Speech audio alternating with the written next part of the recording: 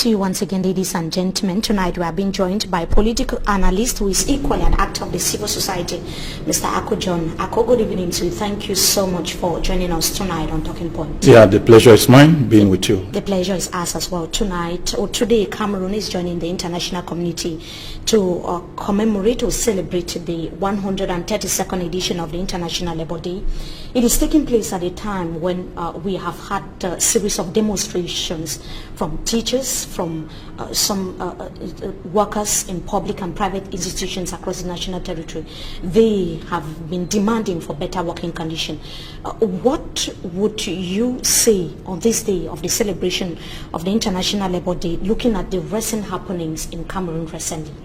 Yeah, you will realize that the International Labour Day is an international day offered by the United Nations to strengthen workers' rights throughout the world. Then the situation of Cameroon becomes so peculiar to those of us who are presently undergoing within the same domain. What have we realized? You realize that in Cameroon, whenever, in fact, if we consider the term of the National Day, reconciliation and social dialogue within settlement of labor conflicts, but you realize within the environment in which we find ourselves, at every time there is an intention from the workers to even demand or make their wishes or their conditions to be cleared out. Some of those workers are met with dismissal, others are kicked out without even payment of any benefits, and time and again these are the problems where the strongest overrule, meaning the employer still remains one of the most powerful, and that the government has allowed the citizens of this nation to die for themselves. In fact, the government of Cameroon knows nothing about how many workers are found in the private sector, how many employers are in Cameroon. The government had nothing about. We can just see with the recent incident with the Douala City Council that in a situation where the Labour Code made mention of the position of delegates of workers within the same establishment, the same delegates were dismissed even after such rulings by courts and even demand on hunger strike. The government delegates still maintain its position, and these people still have nothing to do, and the government feel like it is the government of the government delegate and that Cameroonians can go to anywhere. When the state cannot protect basic rights of citizens, one of which is right to work, a constitutional provision that the right to work is the right of every Cameroonian, and that those who had received or had a job had to be protected by the state, but at the same time the citizens are left alone to fight for themselves or feed themselves. What would you say about the role of union leaders? We have the impression that it is only when such a day is being commemorated or celebrated that we get to hear their voices. We heard how some of the union leaders were articulating the need for the workers of the Douala City Council to be reintegrated by the government delegate. We have the impression that this only comes up once in a while.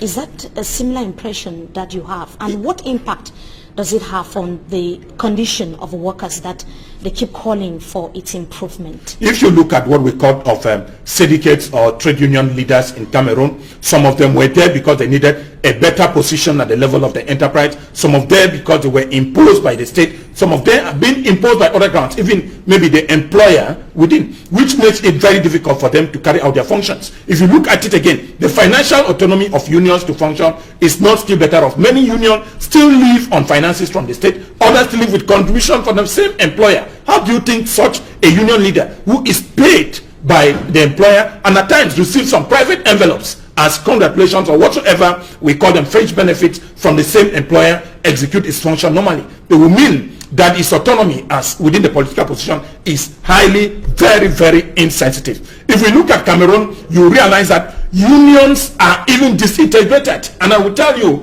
that I was embarrassed this morning greeting a friend, happy Labour Day. The friend told me he is not concerned with the Labour Day. And you can imagine what I mean. Meaning, those of the public service feel that Labour Day was meant for private workers and they are not concerned. Do you have the impression that things could change if you had powerful trade unions in Cameroon? We don't need to have powerful trade unions in Cameroon. The political climate trade unions in Cameroon, that are autonomous. What we are saying is political autonomy. We need financial and political autonomy within unions. But when unions still depend on the finances of corporations, the finances of the state, then there is this English saying that he who pays the piper calls the tune. And we don't expect them to do otherwise. The same worker, like we have seen with the Douala City Council, comme tu étais élu comme délégué du personnel, on va voir comment les mêmes personnels vont te remettre en place. This is what the government delegate is relying on. He is the one paying these guys, and I said they will never come back. And nobody, I mean even the government, no minister in Cameroon has taken upon himself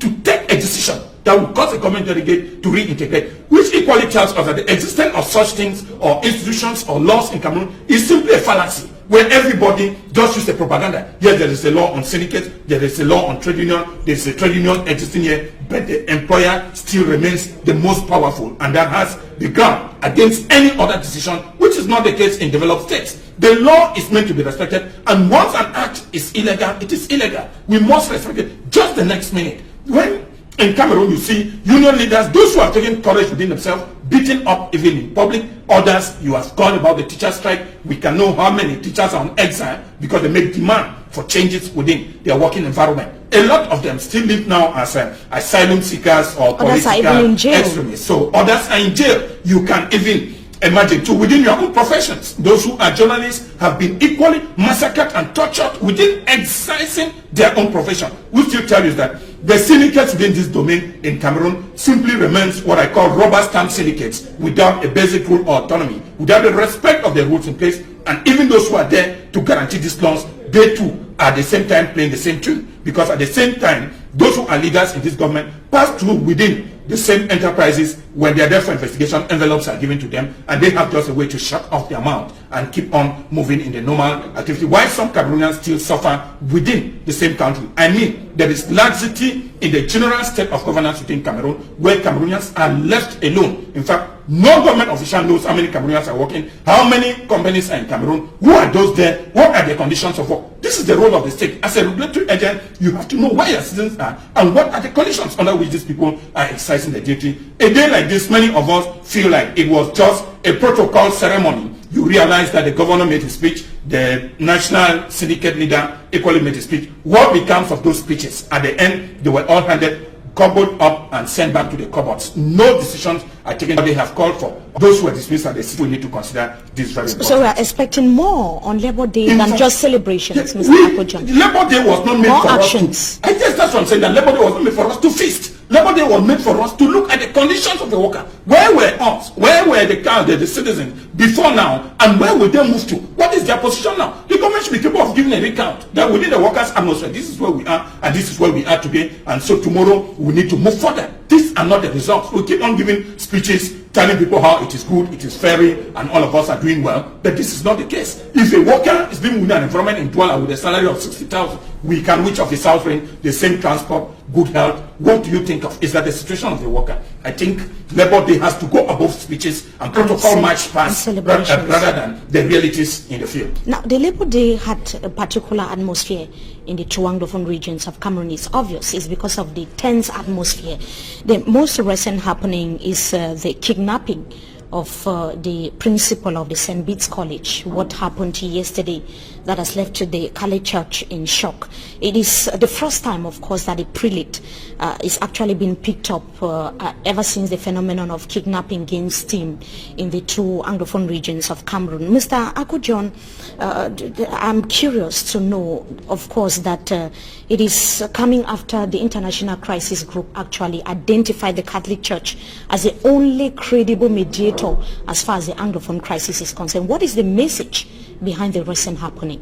Yeah, the fact is that some time ago on the same channel, I have said when an egg is boiled and if you are asked to eat that egg on that same day, you refuse to eat it then. If you allow the egg to go 2-3 days, 2 weeks after, 3 weeks after, it will be uncomfortable for you to eat the same egg. So we have allowed the Anglophone crisis to get rotten to an extent that even the government cannot handle. And these are just the consequences. You will equally realize the happening in Kosala, when some day ago we were told the discipline manager of that school was also killed. Now, a lot of other groups, many other people have entangled themselves into the crisis, and everything will be, as you are going to get on, the communication minister will tell you that the separatists, the secessionists, and everything now lies on the same person. When husband and wife, those who are in conflict, if you have a boyfriend and you have a girlfriend, you are not comfortable with, you will kill him in the English region now, and all will be tilted towards the separationists or the secessionists. These are some of the things we need to look at. That are we really having a government? Are we being governed? Or we are just being ruled by the forces of nature? I believe very well that this country is being managed by the forces of nature rather than by a government. There is no government in Cameroon when you look at the situation, because nothing at this aspect, at this extent. You just see people telling you how we should control arms. How many people have you identified with arms? Where are the arms? If you know where they are, then you go for it. Then we still see citizens suffering within the same area. I mean, all the propositions given by the government are very futile. And if we come back to the Catholic Church position, I remember some time ago when the crisis started, the Catholic Church closed down all his churches, hospitals, and many other institutions run by the Catholic Church. But what happened?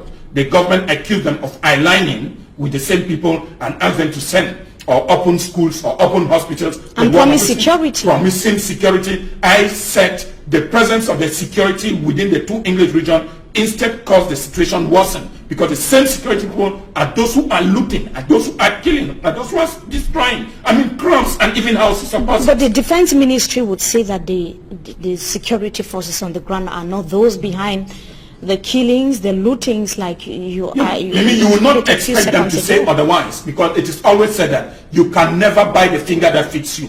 All of them know very well, with great determination from these people whom we know very well, and many Cameroonians have evidence to prove that the military are behind. If you watch the video you people just gave, you realize that the burning beside, most often than not, is done so in the presence of the military, and we just see them few kilometers away in a school, in a market, being gathered by the military. By the next morning, you see every place is shattered. When we go to Kwakwa, you go to Kemong, you go to Dadi village, and many others, we cannot call them unlimitedly. The actions of burning and looting are actions of the state, and we need, if Cameroon is a state of law, those who are responsible for these offenses need to be called up for justice. But we have not seen. We are still waiting to see when a military man will be called to court for his crimes or offenses during military actions. And when this happens in many advanced regimes in the United States and even in France, those who commit offenses during war, even though it was an atmosphere of war, they are called up for justice, because these were not military targets. You go above military target to target civilians. This is a crime, and at times we call them war crimes.